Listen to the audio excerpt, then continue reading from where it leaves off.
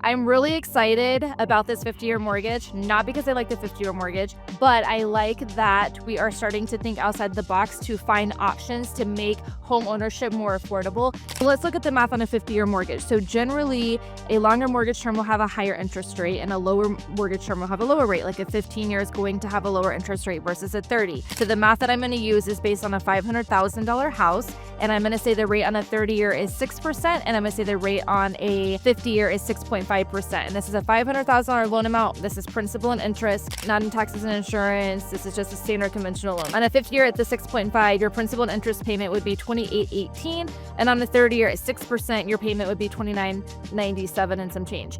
So it's about $179 less if we did it as a 50-year. However, you would pay about $612,000 more in interest, which is crazy. So if you look at like your truth in lending statement when you close on a home, you will see that if you borrow $500,000, you're paying back close to $1 million. So you're paying the same in interest as the principal of that loan, depending on your rate, depending if you make extra payments, all the things. So that part concerns me. Now, where I'm in favor of it is high cost living areas where people can probably never really afford to buy a house. I do like that there is an option. I don't think $179 a month is going to make a big enough impact to make homes more affordable for people, though. I do like finding solutions and finding ideas to help people own a home, because it is really disappointing to see that that's not a thing for a lot of people. But like I said in the previous video, I think that the other items like cost of living and wages, those need to change before we focus on increasing a term of a loan. Secondly, I don't know a lot of investors that would want to loan you a 50-year mortgage. 30 years already a lot. Other countries don't do 30-year mortgages,